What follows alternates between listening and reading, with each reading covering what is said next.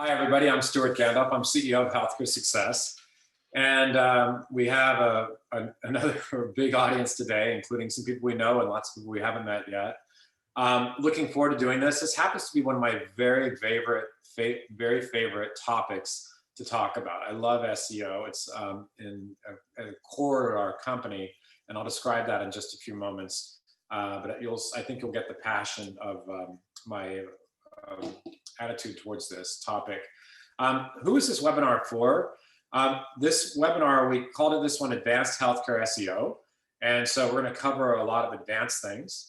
We have some multi-location healthcare practices, a number of DSOs, dental service organizations with multiple practices, PPMs, private practice management companies, or professional practice management companies with various medical specialties and other specialties.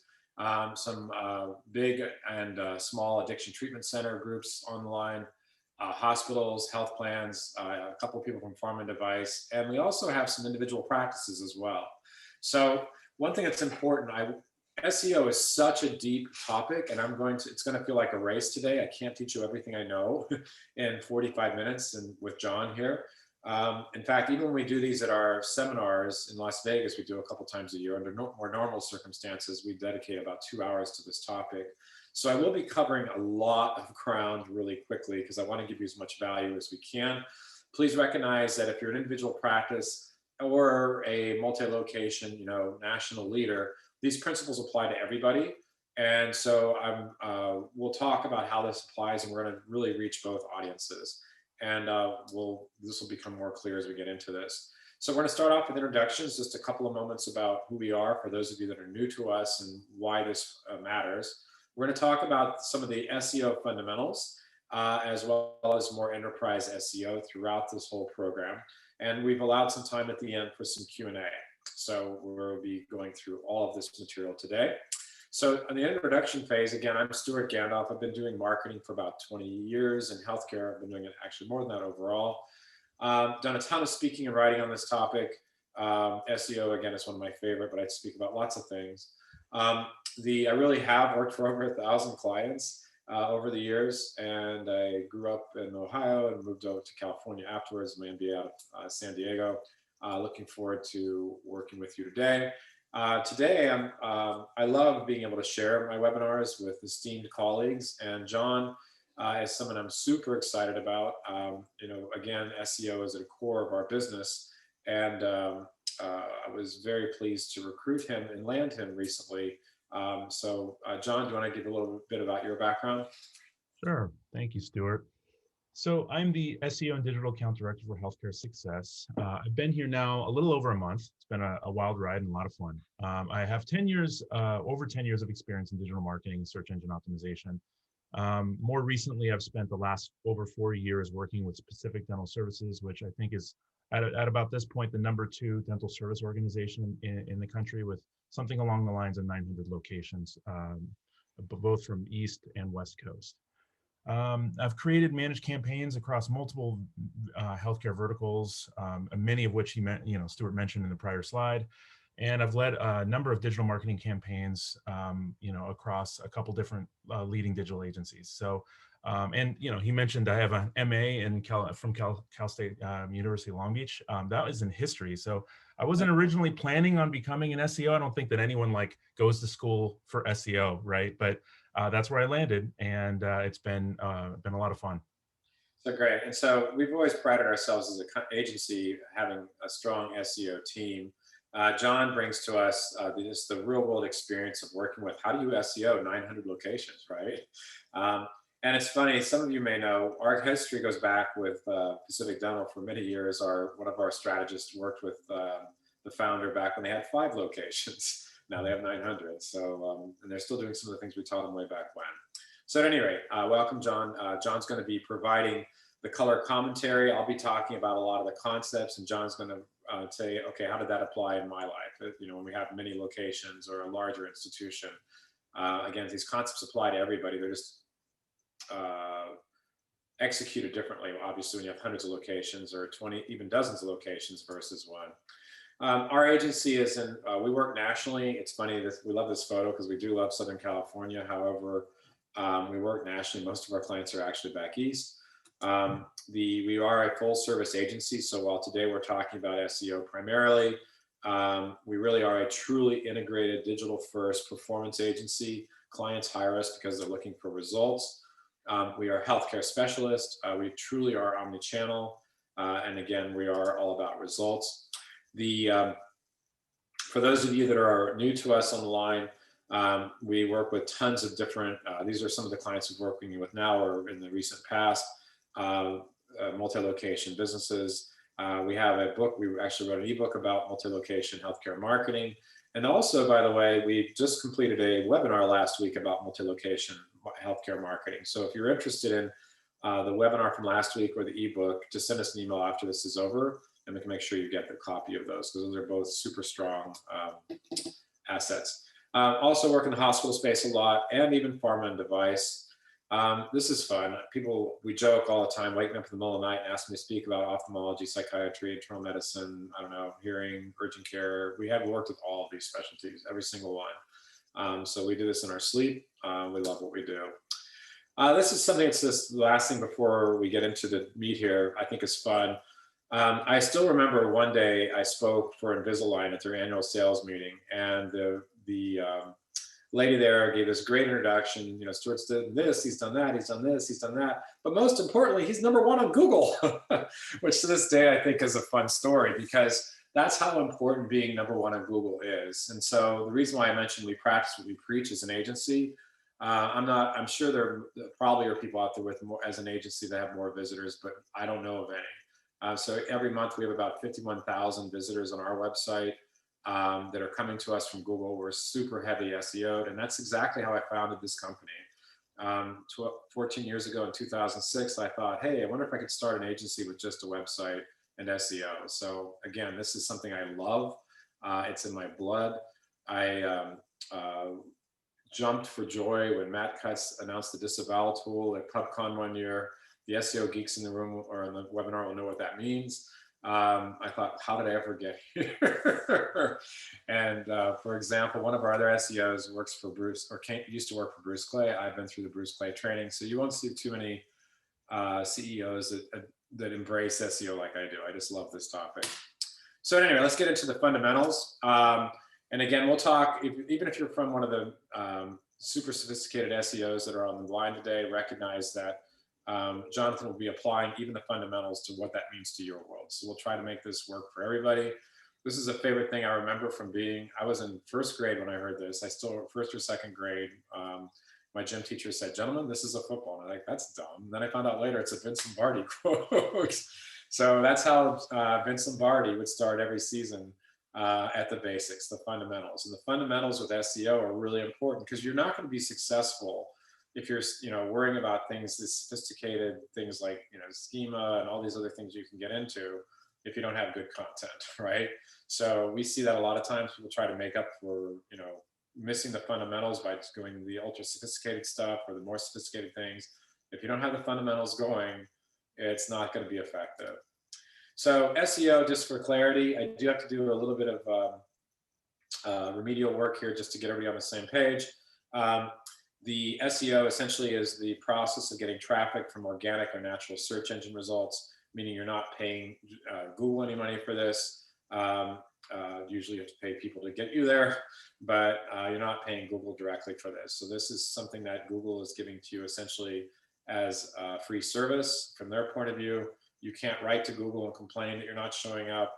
It's like, all you can do is say you want to be listed or not. And that's really the extent of it. So one of the things we talk about a lot with the difference here is with SEO, you can pray for clicks with SEO, or you can pay for clicks with paid search. And so we'll describe that in a minute. When we talk about Google, there's a reason. There are for sure other search engines out there. I double checked this because I hadn't looked at this recently. About a year and a half ago, Google had 2/3 of the audience. Now it's up to 88%. So they are just the dominant beast. And I can't think of any time when we, as we're building SEO strategy, where we do something that, works for Bing and it doesn't work for Google. Google is, you try to get Bing too, but you don't ever, if you had to make a decision, it's pretty clear where you're going to spend most of your energy Google has the vast majority of search engine share. Again, for those of you that are new to this category, I'm going to fly through this because this is an advanced SEO webinar, but just to catch us up. So I mentioned earlier pay-per-clicks versus pray. So that up there at the top, those are what we call pay-per-click or paid search ads. That's a whole nother webinar. No time to discuss that at all. That's a science in and of itself. Number 2, down below there, Google My Business. We call that local search, or the lovingly know that as the map pack. We will describe that today. That is a really, really important search engine optimization. We will be talking about that today. And then the natural search results, that's also super important, and you've seen these before. Every search looks a little different. These are kind of how it basically lays out. Notice on desktop how that worked out. This is above the fold, we call this. I was at least able on my computer to see the full map pack. Then you get into natural search results. On mobile, which is hugely important, we'll talk about that in a few minutes. The paid ads get more real estate because you just have less real estate to work for. So paid ads are even more important on the mobile. And then you get into the map pack, and then you can see it takes a long time to get to the listings on mobile.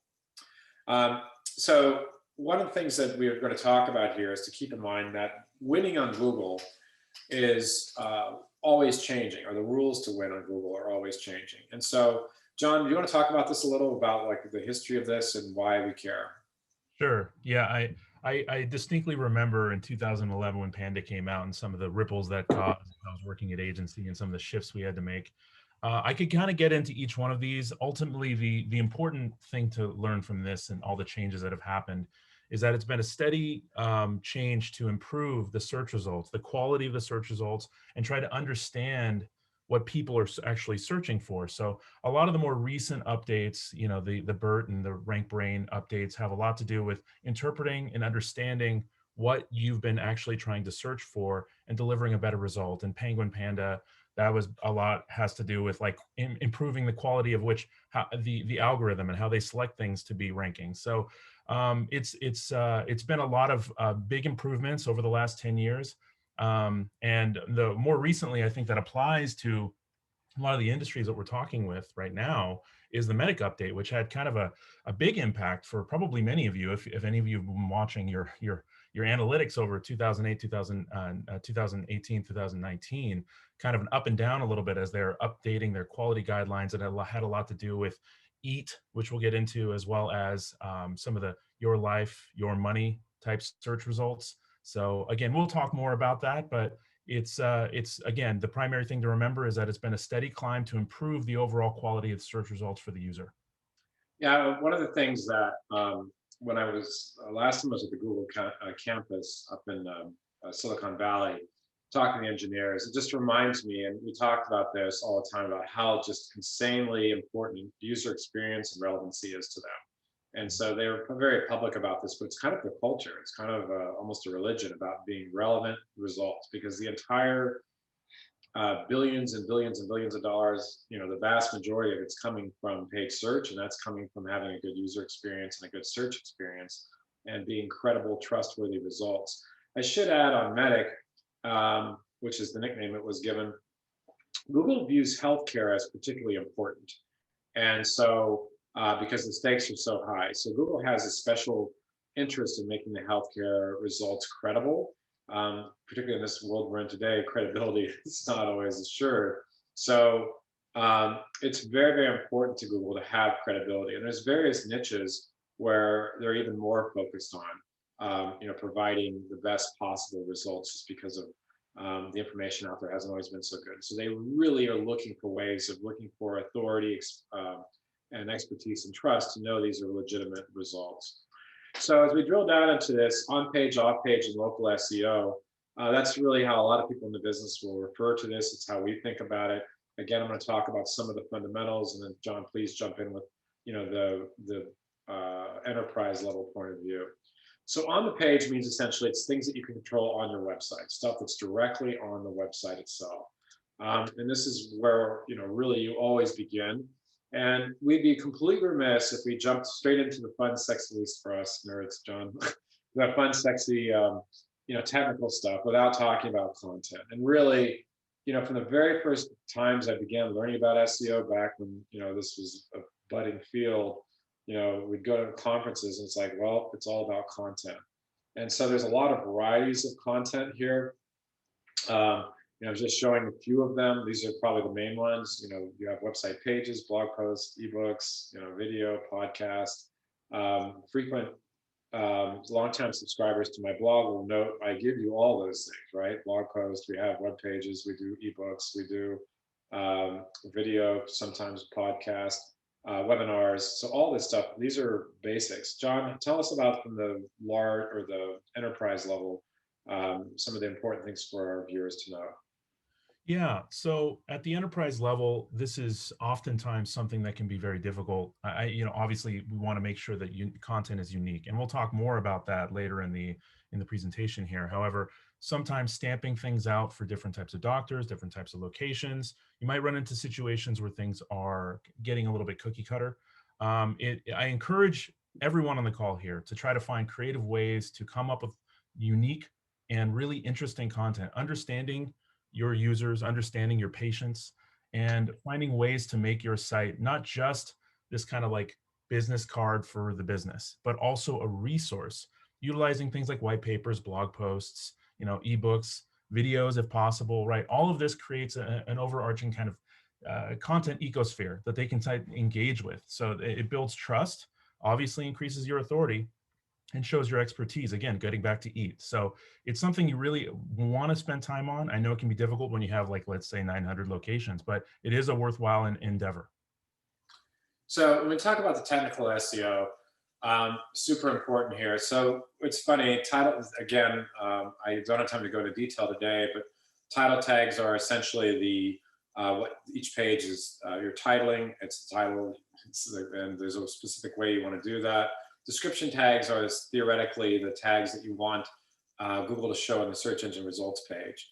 Mobile responsiveness we'll talk about a little bit later. Alt tags are the when you mouse over a photo and you see a little word coming up, that's essentially saying that it's describing, in theory at least, for the disabled, what is on that photo, to interpret that. We get into H1, H2. Those are for headlines, a specific way of coding. Links with anchor text means having the keywords in the anchor text. The navigation, the footer, link structure. This is an example of what we mean by link structure. healthcaresuccess.com/seminar/agenda. So the URLs need to be designed both for humans and for machines. XML sitemap, security, the higher levels of security, how good of a URL you have. This is the everyday stuff. And again, John, I think the pros on the line are very familiar with these things, but maybe give us some insights from what your experience when you're dealing with 900 locations, some of the challenges that you come up with. Yeah. So obviously, a lot of this stuff we would consider table stakes, best practices, right? Things that you really need to be doing to make sure that your site is in its best possible shape. When you work at a scale, some of this stuff there's limitations. You might run into situations where you're getting title tags punched out across, dozens and hundreds and thousands of pages, and making those unique can be difficult. Similarly, alt tags, when content is being potentially, there is a workflow of editors and publishers throughout your CMS, and getting everyone to be on the same page about how to utilize alt tags to enable both the visually impaired to understand what those images are, but also Google, because Google's still just a dumb robot, can't understand what images usually are. So you have to tell them. So these are things that you really have to be aware of when you're working at scale, because the more you have to do things in large amounts, the fewer requirements you're allowed, right? So make sure that when working with your development teams and working with your CMS managers, that a lot of these things are hitting a checklist, that you're saying, hey, listen, semantic markup is really important for Google to understand what the content is, the hierarchy of the information. Do we have that set up? Is there something here that is enabling us to ensure that we are wrapping H1s, H2s, H3s, and what have you around the content? Similarly with a footer, navigation, all of the things that you might get into that have something to do with the way Google crawls and understands your site. Don't let that go just because it's difficult, because rolling it out across 900 to 1,000 or even more than that properties online becomes difficult. So one of the things that's interesting about this, though, John, is that when it's funny, SEO is such a hard category because so many people don't, unless you're a professional, it's hard for people to judge horse flesh, right? And so often I have, we'll have businesses reach out to us, and you mentioned table stakes a moment ago, and we'll do a quick audit. We'll notice their title tags don't even exist, or they have the same title tag across every page. Like, they've been paying for SEO, and they haven't done whoever they're working with is either just outright stealing or 100% incompetent, because to not have title tags on a site done correctly is kind of like a surgeon not scrubbing up before surgery. It doesn't matter what you do after that. And Right. I just stop the audit, right, John? When I'm looking at somebody now auditing, if they don't have the title tags, I just say, forget it. It's crap. It Yeah. can't be any good, Usually there's because a much deeper that's issue there. Yeah. huh? Usually there's a much deeper issue. If you're missing title tags, it's almost like that almost everything else is probably not going to be set up correctly. I mean, it's one of those things. It's always an awkward conversation for us when we meet with a client who is feeling, mediocre to okay about their current provider. Yeah, it can be a tough conversation. Designed for mobile first. We're not going to read every bullet on here. I can just tell you that, obviously we have numbers of clients that we work with, and with overall, I would say about 2/3 of searches that are for our clients are coming from mobile. On more consumer friendly kinds of services, even a much higher percentage, 70 to 80%. On things like cancer, reproductive endocrinology, alcohol, drug, and rehab, a little bit, maybe 60% instead of 75, 80, because those are more complex searches. But even for something like, alcohol, drug, rehab, where you're talking tens of thousands of dollars, they still tend to be more mobile than they are desktop. John, any comments on this one? Yeah, I mean, in healthcare, there's going to be different types of research that patients, customers might be doing. In commoditized markets, dentistry is a really great example, right? That's one of those things that you have to assume almost all of your patients in some form have tried to access your ability or your websites through mobile. And what we found at my prior experience is that it was something like 80 to 90%. It was a crazy high number. And with that forced us to think differently about how we were designing things. A lot of the times in the past, and this is just history because we've been working this way for so long, we would mock things up in a desktop format, and we had to change our thinking. We had to turn it upside down and say, listen, I don't want to see desktop. I want to see what it looks like mobile first. Then we can go back and retrofit it as we need to. But you really need to start thinking about it in those terms moving forward, because even those non-commoditized healthcare markets, everyone is able to access things through their mobile device, and generally will be moving forward. Yep. Another thing we see a lot, and this is bane to a lot of businesses, is site speed. Google has been more than clear that they want to see site speed.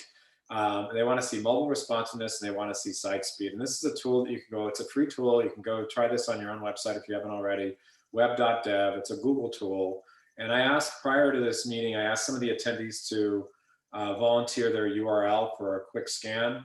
And this is just one of the ones that volunteered. So you can see performance is speed, and that's at 11. 11, as you might guess, in the red on a scale of 1 to 100 is bad. So we see this all the time. And again, it is super challenging. And for the sake of speed here, because we have so much to cover in so little time here. But John, do you find, is that a common thing at the enterprise level?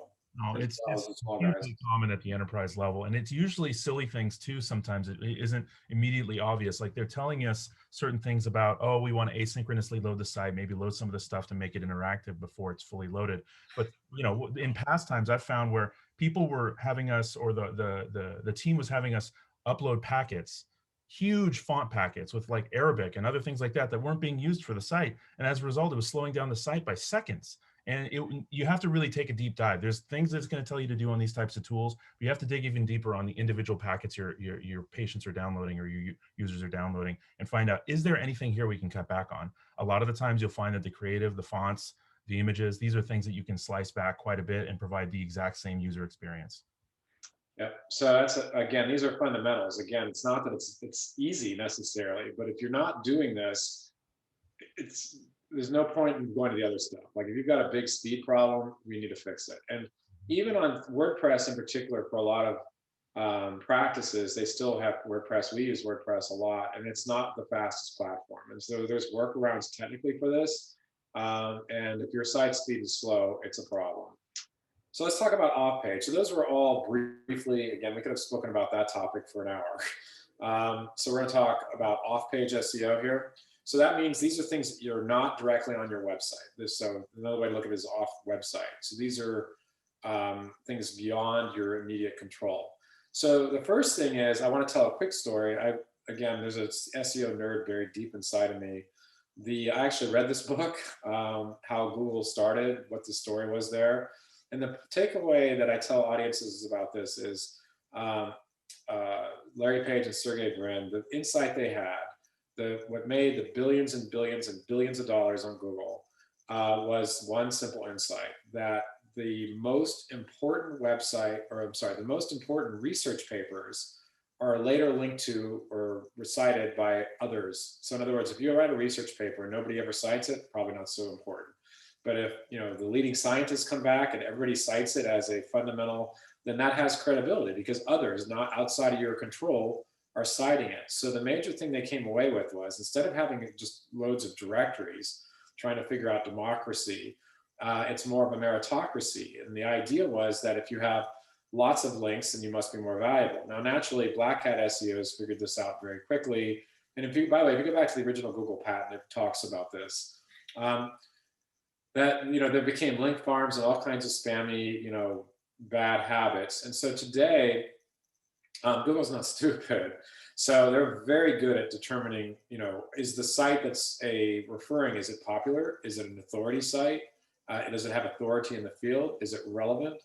And then they also consider, are the links fresh? In other words, links from 20 years ago or 10 years ago aren't as good as they are if they're new now. The anchor text we referred to earlier, the quantity of links, all these matter. But the key there is to earn them. And so to have really good content, and that comes back to that over and over again. And so one of the things, I'll just give a quick example. A number of years ago, I was interviewed by the Wall Street Journal and the AMA about physician liaisons, because for some reason this had broke in the USA Today, and it was almost a controversy. Who knew that private practices essentially had drug reps out selling to primary care offices to try to motivate referrals to their business. So anyway, what was interesting about that was I was cited. My name and my company was cited, but not linked to directly with the Wall Street Journal. But that's good, right? That's nice. But with the AMA, they didn't want to link to us directly either. But I said, hey, I have a special report that might be great for your doctors, relevant to this topic. And they said, great, well, we'll link to that. So there I got a link from the AMA. So that's a way, I love that story because that's just a way to get really good backlinks from, obviously credible sources, relevant sources. It's not easy though, is it, John? No, it's really not. It's an effort in itself. It's almost a PR effort to some extent. You're really trying to sell your brand in an online space. So a lot of ways that we've done that in the past had a lot to do with relationships that currently exist, these partnerships that you have, and how you've provided resources to them in the past. And sometimes it's a I pat your back, you pat mine type situation. You really do want to look for those opportunities where it's clear that they're referencing you, but they haven't provided a referral link in some way. It's sort of best practice at this point. If you are mentioning another organization or you're mentioning some resources from another place, you really want to cite your source, and that is what you would use in those discussions. And I think if you have anything like that currently happening, but there isn't any referral link, it doesn't necessarily always have to be like what we would call a do follow link. Even a no follow link has, to some extent, some value. I encourage you guys to work with your partners and make sure that there is some kind of reciprocal link back to your online properties. It's funny. Last couple weeks ago, I did, some of you may have been there, a webinar with Binary Fountain sharing some data. And sure enough, I checked and they hadn't linked to me. I said, hey, can you guys link to me? Oh, of course. And so there's an example of, we had a good partnership. We're friends. We provided a good experience for their audience as well as our own. But we link to each other because we're both credible sources, and that's a good thing. Local SEO, again, that's another weekend seminar. We could talk about that. But today, for the purposes of 45 minutes, we're going to go pretty quickly here. Local SEO goes back to, remember we talked about the Google Map Tag, is really where the focus of most local SEO is. However, there's many sites with not quite as important as Google directory but local SEO, we're focusing today mostly on the map pack. So the map pack to show up in the Google My listing or Google My Business listing. And again, you've seen those, all the three, typically there's 3 businesses listed on the search results. So if you look up doctor near me, you'll see in most cases, there's going to be the Google Map pack. And the question is, well, how do you get there? And that's super valuable real estate. Data varies all across the board. I don't think there's one single authority, but a lot of times I've seen numbers like 19, 20%, 10 to 20% would be the paid search ads get where the clicks happen. Those are high intent though, so those can be really good clicks. But maybe up to half of the other searches or the remaining searches are map related. So whether direct on those 3 businesses or they click for more results. So map pack is vitally important to this. Now it's important to note that the map pack or the Google My Business team is different than the one that works in the natural results. So they actually have different algorithms. However, they share data, so they're related. So showing up, doing a lot of the stuff we talked about on the website helps your map pack and vice versa. So for the purposes of the data, again, I'm not going to read all these bullets, but I'll just talk about some of the most important stuff. The citations are the online references. And the key thing here, we talk about this in the trade, the NAP, NAP, and that means the name, address, and phone number. And so often it is inconsistent. The name, address, and phone number is inconsistent. And we're going to show an example of that in just a moment. So Google, the problem is there's many data sources online, and Google has a really hard time determining what's real, like what's an authoritative trust. And you have 20 different sources, all presumably trustworthy. They all say different things. It's very, very difficult. And so Google tends to reward people who make things easy for them and have consistent online citations. Another couple things that really matter, it really especially making sure that your Google My Business profiles are claimed, they're filled out appropriately, they are, all the data you can put in there, the better. So more photos, details like whether you accept credit cards, as much as you can fill that out as possible. And again, this sounds like it's easy. It's not. Even for a single location practice, you try to claim your listing and that doctor left and now you don't know what happened to that doctor and that listing's floating out in space. How do you claim that? How do you get it back? Google will send a postcard to verify you really do own that listing, but your staff thinks it's junk mail and throws it out, or maybe you're virtual and there is nobody to fill out the postcard, right? This is so now imagine that when you have hundreds or it even dozens, it can get very, very complex. But making sure you've got strong profiles, making sure that you have consistent results, even at a single location is difficult. Multi is hard, right, John?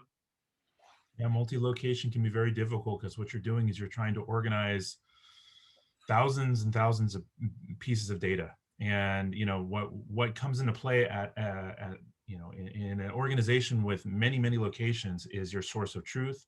How are you pushing that data? How does it get to where it needs to be? And how is that organization then pushing it out to the right locations and making sure that it's consistent? Things that don't get updated very often and cause big problems for organizations are like office hours or which doctors or medical professionals exist in those locations. So it's something that's worth spending a considerable amount of time to solve. I've seen many organizations that don't get this right. And as a result, the impact is downstream with reviews and with unhappy customers and patients. It really can't be undersold how important it is to get this right.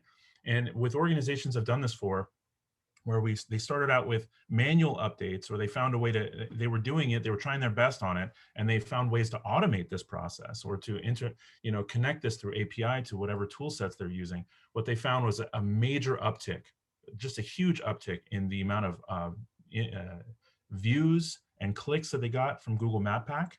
And of course, that can't be undersold either, because any organization has a local business. That is to say, if it's like a dental office, doctor's office, what have you, that is going to be hugely vital to driving traffic.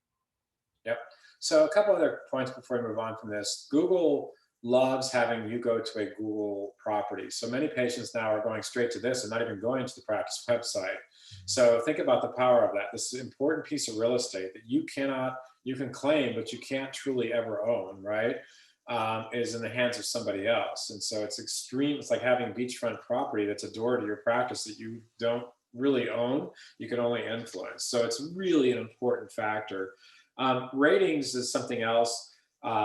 before we move on here that's really important. So Google, again, is big on ratings. And I may have mentioned in past webinars, when ratings first came out, I used to get interviewed a lot about, because everybody's like, oh my gosh, we're going to rate doctors like a pizza. My comment was, yeah, get over it, because patients love ratings, Google loves ratings. This is not going to go away. And clearly it has not. Now, though, if you're putting best, do you want to describe that about looking for best doctor near me? How do the ratings matter, John? Yeah, so ratings are really important just on a basic level because Google's determining local ranking to some extent based on relevance, distance, and prominence. And prominence is like how often you're getting reviews, what are people saying about your business, and other things that are around that. But there's also this extra piece, which is just a nice factoid that I think everyone should know. If you don't have a 4+ star review score overall average on Google My Business, you will not show for searches like top doctor near me, top dentist near me, or best dentist near me, or best cardiologist near me. Those searches are only available to those with a 4+ star review score average. Pretty amazing. And one final note here on your Google, in particular, Google has admitted or has stated, Google is often very cagey about what is and what is not in the algorithm, but Google has actually come out and said that responding to reviews is a ranking factor. So good or bad, it's better to have good reviews, but it's also, even if you have bad reviews, to respond to the reviews, because they shows that you're serious about providing a good user experience. So again, one of the people that signed up for this meeting said, hey, I'm willing to volunteer my own site as an example. And, I picked the first, they have multiple locations. I picked the first location on their website, and we used a little tool here, and lo and behold, essentially 100% listing accuracy. Either there were no listings at all on Yahoo, for example, on MapQuest, local.com, or the names were wrong. They had a doctor name in one case and the name of the practice in another case, and the name of the practice again, but without the PC. Different addresses on the location. And I wish I could say that this was uncommon, but it's by far the norm. And then we looked at reviews, and in this case, none of the ones that the tool pulled up had reviews. So this is not uncommon at all. And today we'll talk about this later, there's a variety of we partner with a number of different companies to help solve this problem. To do this at scale is brutal. We had, a few years ago, a leading multi-location oncology business, we still work with it this day, but we had an intern spend about a year of our time trying to get this together for them. It was such a mess. So today the tools are better, but this is something that, you can look at on our website. We have this tool. So if you go to our website, if you go to, I think it says listings under resources, it's the last pull down. You can do this for yourself, try it. It's actually on the website. And if you're not sure and you can't find it, just send us an email, we'll give you the tool.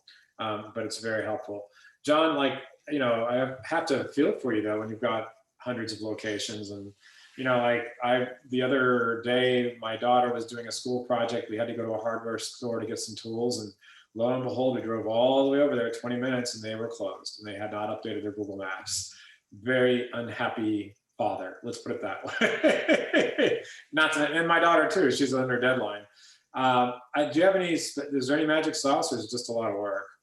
I mean, it is a good amount of work. It's first, again, it starts with that source of truth. Like, you have to make sure that the data you have internally is accurate, because it's often the case that people are trying to do their best to make it right, and the locations just don't give you the right information. So whoever's managing your marketing internally might be working with one hand tied behind their back because they're just not getting all the good information. Secondarily, updating this type of information is very, very time expensive, right? Like, if you go into each individual one of these types of things, that could just be a full-time job for one FTE.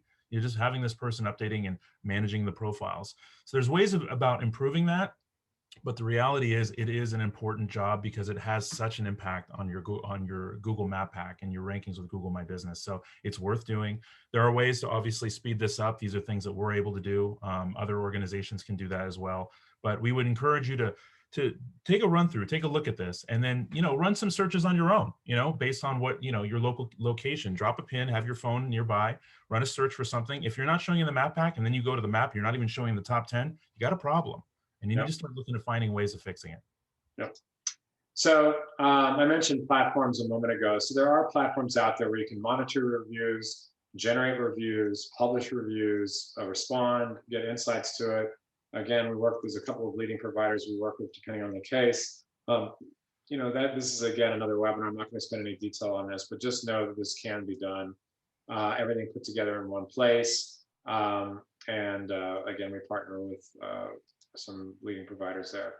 The enterprise SEO. So we talked about that was just fundamentals. So in our remaining 10 minutes or so we have left before we get to Q&A, we're going to do this pretty quickly as well. But we want to talk about yet more things that are common. So John, I'm going to just leave this part here. What John and I talk about this, and really at the end of the day, when you get to multi-location practices and businesses, hospital systems, and even I haven't mentioned pharma and health plans, but this just gets more complex. When you get to the enterprise level, it gets much more complex. And on the localized basis, you have competitors for every location. You've got data management problems. We talked about reviews and reputation. It's just critically important to think about scaling. And John, what's your 30 seconds on the scaling issue? Any secrets you can share on that? Yeah, scaling issues, man. When you're starting from something where you maybe start just a few at a time, a lot of the problems with some of these organizations, they started small and then grew very, very big and very quickly, and they never really adapted that well to that size. Finding ways to deploy that data in a streamlined and connected way to some of your partners is really one of the key important features. Also, finding ways to include reporting, online reputation management, online listings. How do you know when something's not right? How are you able to bubble that up? Building those reports, building that connectivity to what's going on at the ground level is really important. If you don't know what's happening, you could have offices that are offline for months. From Google Map Pack standpoint, they're going to see a tremendous drop. Ultimately, it comes back to things I've said before: strong sources of truth internally, finding ways to connect to partners or to some of these tool sets in automated ways, and delivering that content on a day-to-day, if not hour-to-hour basis, if you can. For sure. And that the last comment on that is that when we start looking at these issues, we're going to get into the next issues more. It just becomes harder. We're working with a 40-ish to 50-ish location dermatology business, and one of the things that's really important is when you get into these kinds of businesses is to make sure there's somebody on their end that can handle the details. We're the agency, we can make the magic happen, but there has to be, we can't possibly know what's happening in Poughkeepsie, right? You have to tell us. And so you do need somebody on the client side to be able to pull this info together. Schema, I mentioned earlier, it's not new anymore, but essentially the idea with schema is that Google is huge on artificial intelligence, machine learning, and Google really the goal is to make the machines understand what the page is about, as though a human would. And schema is a way of structuring the data to help Google interpret what's actually on the page. John, any specific ideas on this one? Yeah, so schema was it's a really interesting development in our online world here. It's helped to provide sort of an abstract for robots that understand what the page is about, what content's going on there, ways to wrap contextualizing information around basic content or images or what have you that you have on your site. So it's really an important factor. It's funny because it's not really a ranking factor in many respects, but it does fall to the SEOs to often take care of this because it does improve search results, so to speak. It does pull in opportunities for rich text, rich results. Sometimes you can get star review scores in there if you wrap the right microdata around and structured data around your testimonials on your site, for instance.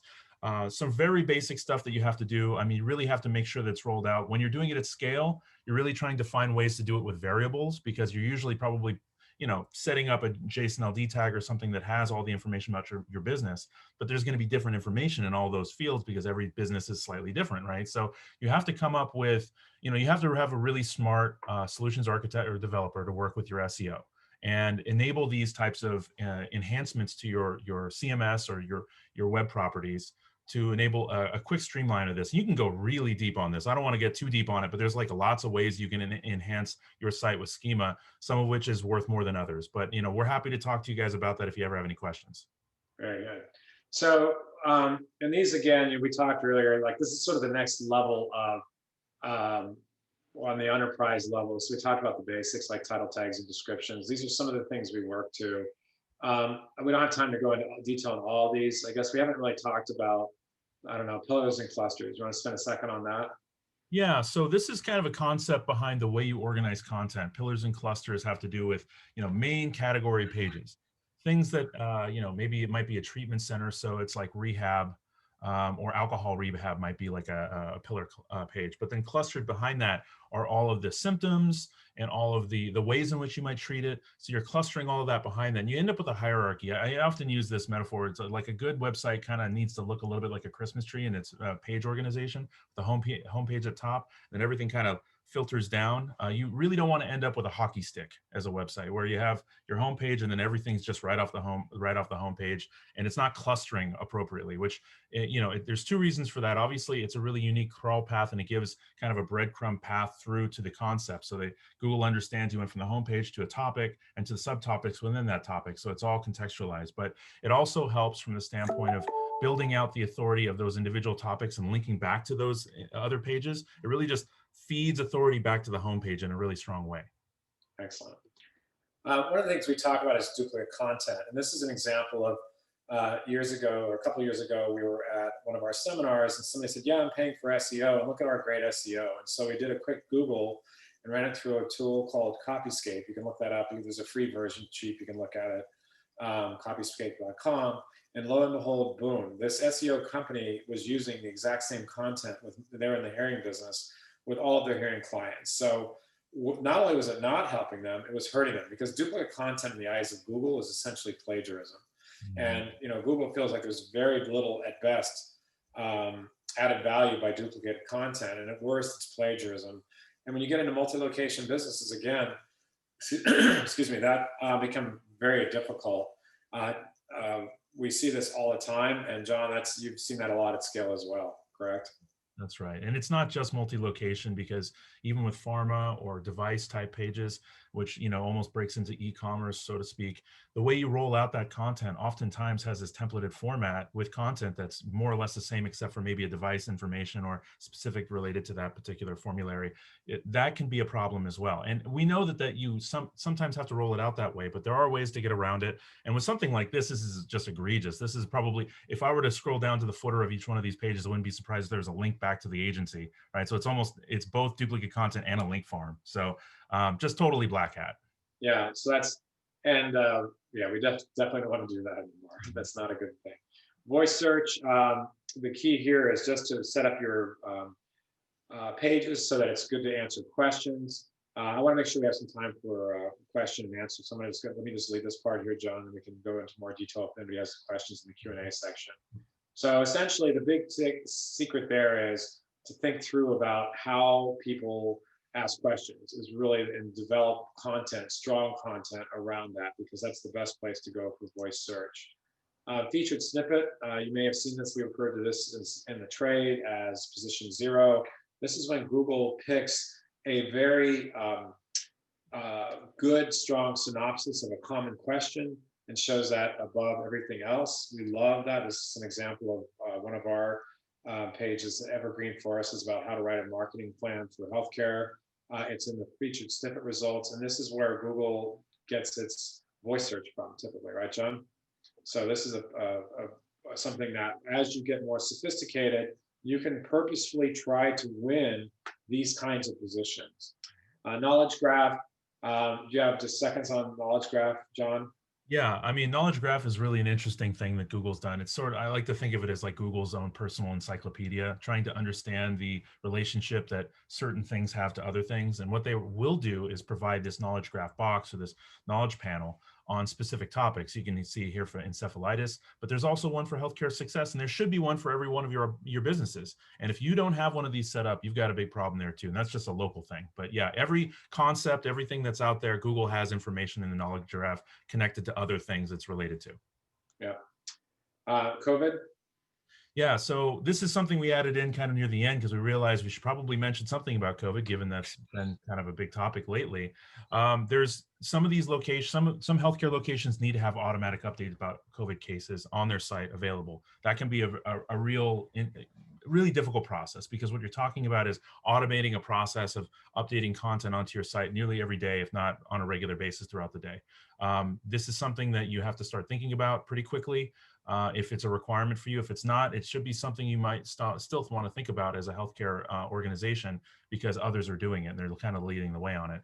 Schema markup, this helps, there's ways to mark up individual pages you have about what your protection policies are or what your protocols are, and you can add schema. Google just recently came up with it that says, here, we'll pull this information into whatever other place you happen to be online if you wrap this schema around that content. Yeah, it's telemedicine too. Same thing. Really, this is a new area, a new field for a lot of people, and there's ways to, improve your site for ranking for those types of searches, and I encourage you guys to do so. Right. It's funny, on the automated, we have a large skilled nursing business that we work with in many, many locations, and they have laws they have to comply with. And so COVID cases and so forth, they have to update daily. And our programmers had to create an automated program so they could just simply upload data information, because again, at scale, we can't go in and update 100 or 60 or however many locations. We need to figure out a way to do it. So I'll close the thoughts here. SEO takes time. It's a marathon that never ends. We've been doing, once you gain a competitive advantage, it's something you want to protect. We started our business with SEO in mind. To this day, we put tons of energy into it. It's where we get most of our business. I talk about, when people ask me, what do we know about SEO? It's like, well, our websites over the years has brought in tens of millions of dollars of business to our company. And, because that's where most of our clients come from, is calling us off the internet. So it's a perfect long-term investment. And right now, because a lot of other things were on pause, and John's company did that as well, but a lot of our clients have, where, during COVID, especially at the beginning back in March, we paused all the paid search, we paused all the advertising, and just doubled down on SEO, because by definition, SEO is long-term. So this is a great thing to be doing now, as we sort of, wait for enough people to take a vaccine to get us out of this mess. So we're looking at spring, summer, next year sometime. It's going to be a while. So this is a great time to put this long-term investment to work.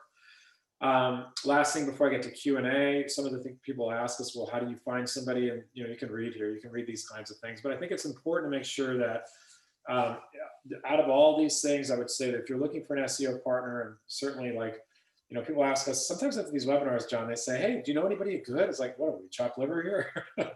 It's like, yes, we do this.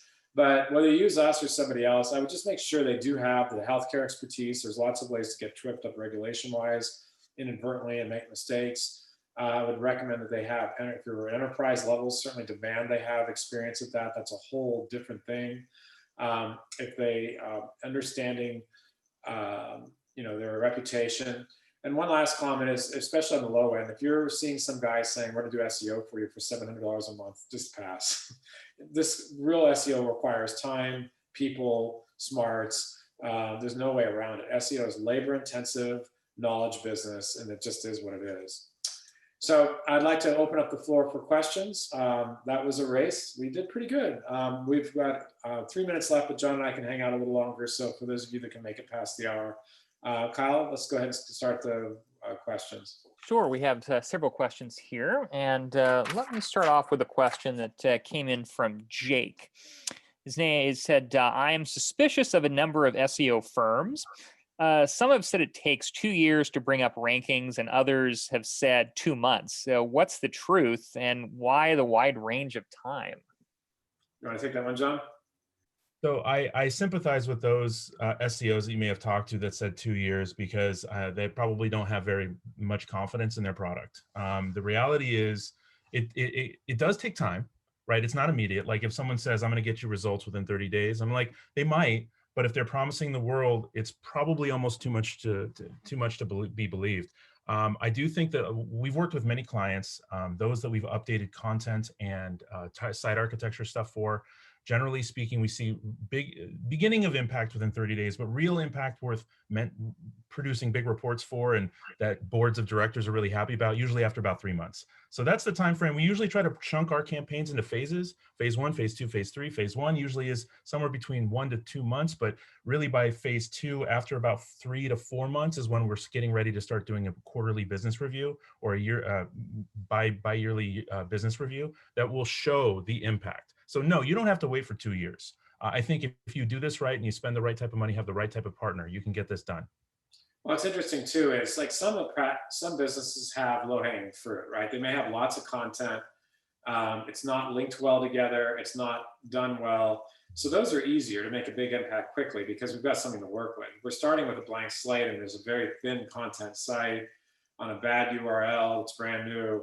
That's going to take longer. But if you have a respected URL with tons of content, but technically it's just garbage that we can make some big fixes fast, you'll get a bigger result. So it is case by case. But yeah, if you're here in 2 years, that's a long time. But I totally get it. And the problem is there are a lot of sleazy SEO firms. Let's just call it like it is.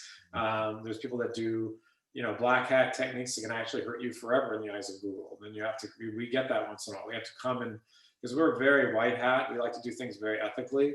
And sometimes we're engaged to clean up a mess somebody else left behind. So it is scary. I get it. Kyle, next question. Sure. And actually, someone just rang in with another comment that's based on that. And they said, this is from Marshall. How do you track SEO to see if it's improving? Yeah, good question. So we use a number of tools. Both, there's rankings you want to track, and that's sort of both to understand how you're improving across the areas that you're trying to rank for, but also as much as for canary in the coal mine, you're looking to see if there's any major shifts up and down in that regard. But one of the best ways I find lately has been working within Google Search Console, which provides day-to-day measurement of how you're doing both on impressions in search, but also clicks. So you really want to be looking for that growth in impressions and clicks.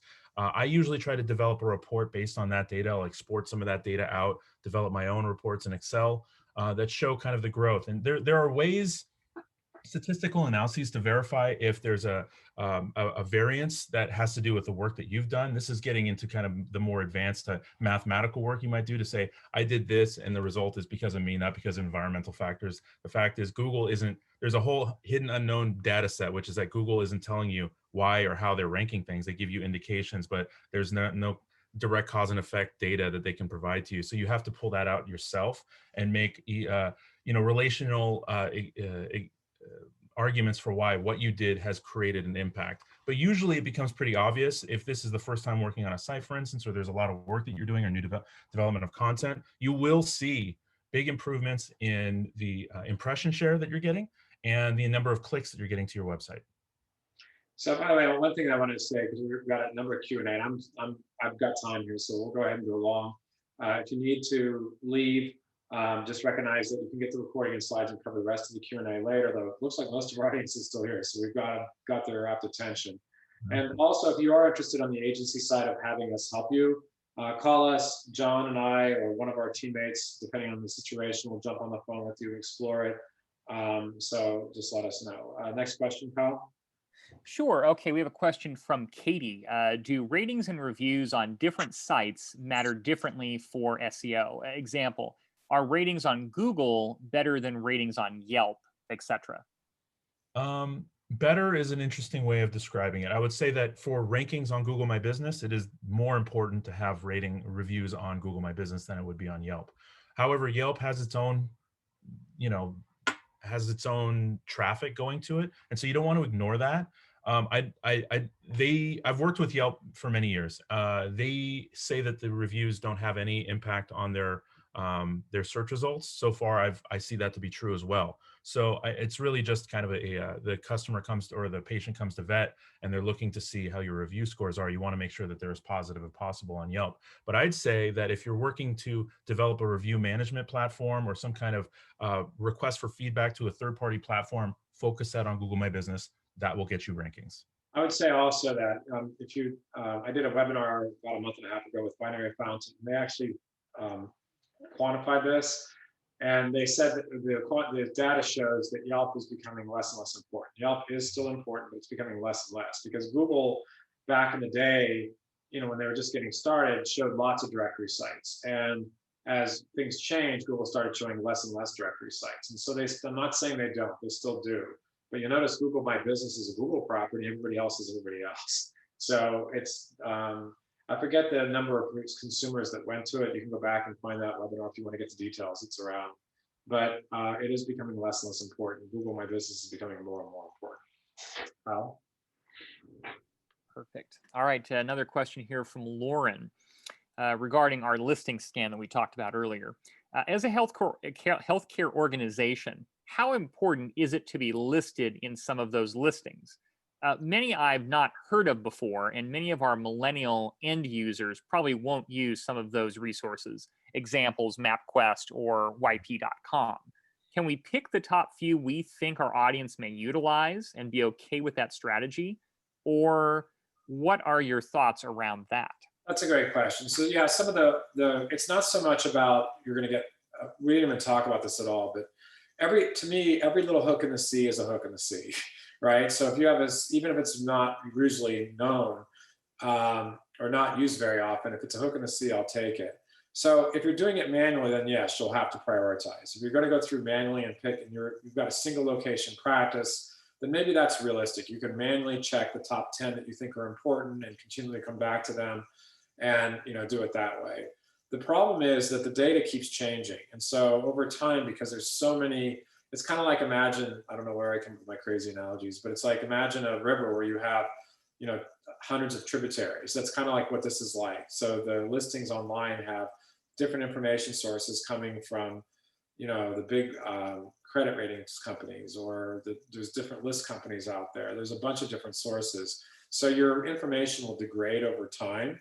And so if you use one of the services that we work with, then you can, do this at scale and if you're going to do the top 10, you do all of them anyway. So it's easier to use a tool. Again, especially, this isn't as important for a single location business, although we do it for really all of our clients because it's a good value, but it's especially important when you have multiple locations. So that's a good question. And some, cannot be done through automated tools that are harder. So it gets really complicated really fast. But essentially, the biggest thing is we want to avoid having inconsistency or nothing there at all. It's a good question. Kyle? Sure. Yes, another question here from Jack. What are some best practices for doing podcasts? So I'm going to share, because I do a fair number of podcasts, and then I'll share some of my favorite secrets. And then John, you can jump in if you have any additional. So, we've been doing podcasts for years. It's a big part of what we do. One of the great things about podcasts is that you get to talk to experts. So usually when I'm doing a podcast, I have been the guest of my own podcast once or twice, but usually I'm interviewing very, very smart people. So for example, a frequent guest on my podcast is Dr. Jim Merlino, who's Chief Transformation Officer at Cleveland Clinic. And what's great about that is I, as a expert in my field, keep learning from people like him. We develop relationships. So there's one part of it, is just that. And so we keep in contact and we do that. Another thing is the thought leadership about that, because you have people on your podcast, you're getting exposed to really smart people. And it's funny, as you get better and better guests, you get better and better guests. It's sort of builds itself.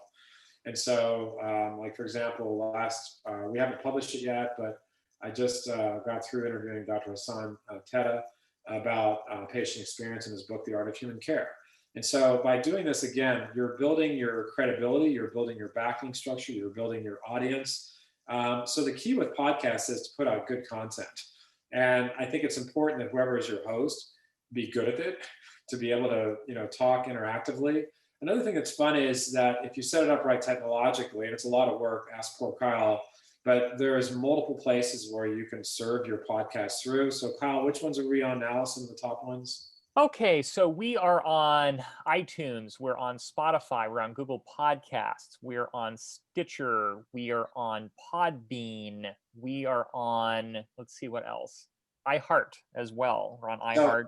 And what's interesting is by doing this, we actually ask our subscriber base, which ones do you want to follow? And ones like Podbean, which I'd never even heard of, a fair number of people use. So it's like you give the people what you want. So the podcast, another thing that's terrific about podcast is that it's easy. I don't have to prepare a deck. I can have somebody on. We agree to what the topic is. I usually come up with about 7 questions that are, pertinent to the topic at hand. I keep it very conversational. We seem to get good response from it. So yeah, this is a fun topic I like a lot. John, do you have anything to add to this one? Well, when people come to me with podcasts or videos, they're saying, hey, how can I optimize this? And I'm like, okay, well, there's only a few fields you can really kind of manipulate. So I'm thinking from the standpoint, usually they're asking me not as the content creator, but as the, like, how can I, now that I've created this content, make sure that people see it? So you really want to take some time to find a way to optimize these pages. Usually there's a description section, titling, how you do this, and certainly from the standpoint of how you blast this out to whatever your audience you're at. There's most of these podcast type tool sets or video type platforms have some kind of rudimentary search for how people can find these things. Make sure what they're looking for is in the title and the description of your podcast. Yeah, choose your podcast title wisely when you can, because that'll show up in search. Also, transcripts. I forgot that. Mm-hmm. You should take a look at our website and look for some of these podcasts. And we're in the process of reorganizing our data. I don't know if the podcast is still in our dropdown, but at any rate, if you're not sure, send us an email. We'll send you an example of 1 or 2. Go ahead, Kyle. Yes, another question here from John. What sites would you recommend to keep up on the latest SEO best practices? Wow, there's some good ones. Search Engine Watch is one. Moz has a blog that's pretty good. What else? What are your favorites, John? You're closer to that than me. Yeah, I go to Search Engine Journal. I like that one. Then it kind of brings in a lot of different sources from a lot of different places. I still go to SEO Roundtable, which is Barry's blog, where he's giving you up-to-date, day-to-day updates on what's going on. Very short, like snippets, which is like if you're looking for a very specific change, something's happened, like you don't know what's going on that day, that's the place to go first. Apart from that, Search Engine Journal is another favorite of mine. Yep, good deal. Next. Yes, we have a question from Catherine. Does social media presence factor into SEO? Love that question. John, you're going to take that one. Yeah, we were talking about this a little while ago. Yes and no. The reality is social signals aren't really a ranking factor. That is to say, like when you're linking to different, your business website, for instance, from different places in social, Twitter, Facebook, LinkedIn, it's not necessarily going to drive any authority or any trust necessarily to that. However, it is sort of is a standard practice. Again, goes back to sort of like the table stakes. As a professional organization, you should have these profiles and you should be utilizing them for the purposes they need. For instance, with Twitter, it's kind of a customer service tool. Facebook, it's a really great way to share content. LinkedIn, it's sort of the business, that's where your business's profile sort of lives. I think of it as an opportunity to kind of ride the wave. If your organization can get involved in some really interesting content or be a part of something that's happening on social, it can be a reason people might be searching for things that are related to your business. And in that way, driving search engine results, right? So it's sort of, they're cousins, but they're not necessarily driving anything from one to the other directly. Good deal. I would just also add that, I have about 7,000 followers on Twitter, and it's less active than it used to be. But by doing that, you do meet people. Like I mentioned, my relationship with Cleveland Clinic started with a follower that was active on Twitter and LinkedIn, and I noticed she was more active on my blog than my editor was paying money to. So I ended up emailing her, and that's how I built a relationship with Cleveland Clinic. So that became an indirect source. But it can be a powerful source, especially as you start building true thought leadership. It's not just a bunch of robots following you, but real people. That tends to give you more interview requests, more speaking opportunities. And again, like for example, on the press and the speaking, we don't actively go after it. I don't have a press agent. It comes to me because of the content and credibility we've invested in over the years. And then once you do that, though, that builds you a competitive advantage. It's really hard for someone new to come in. You can't just do some good title tags on a website and compete.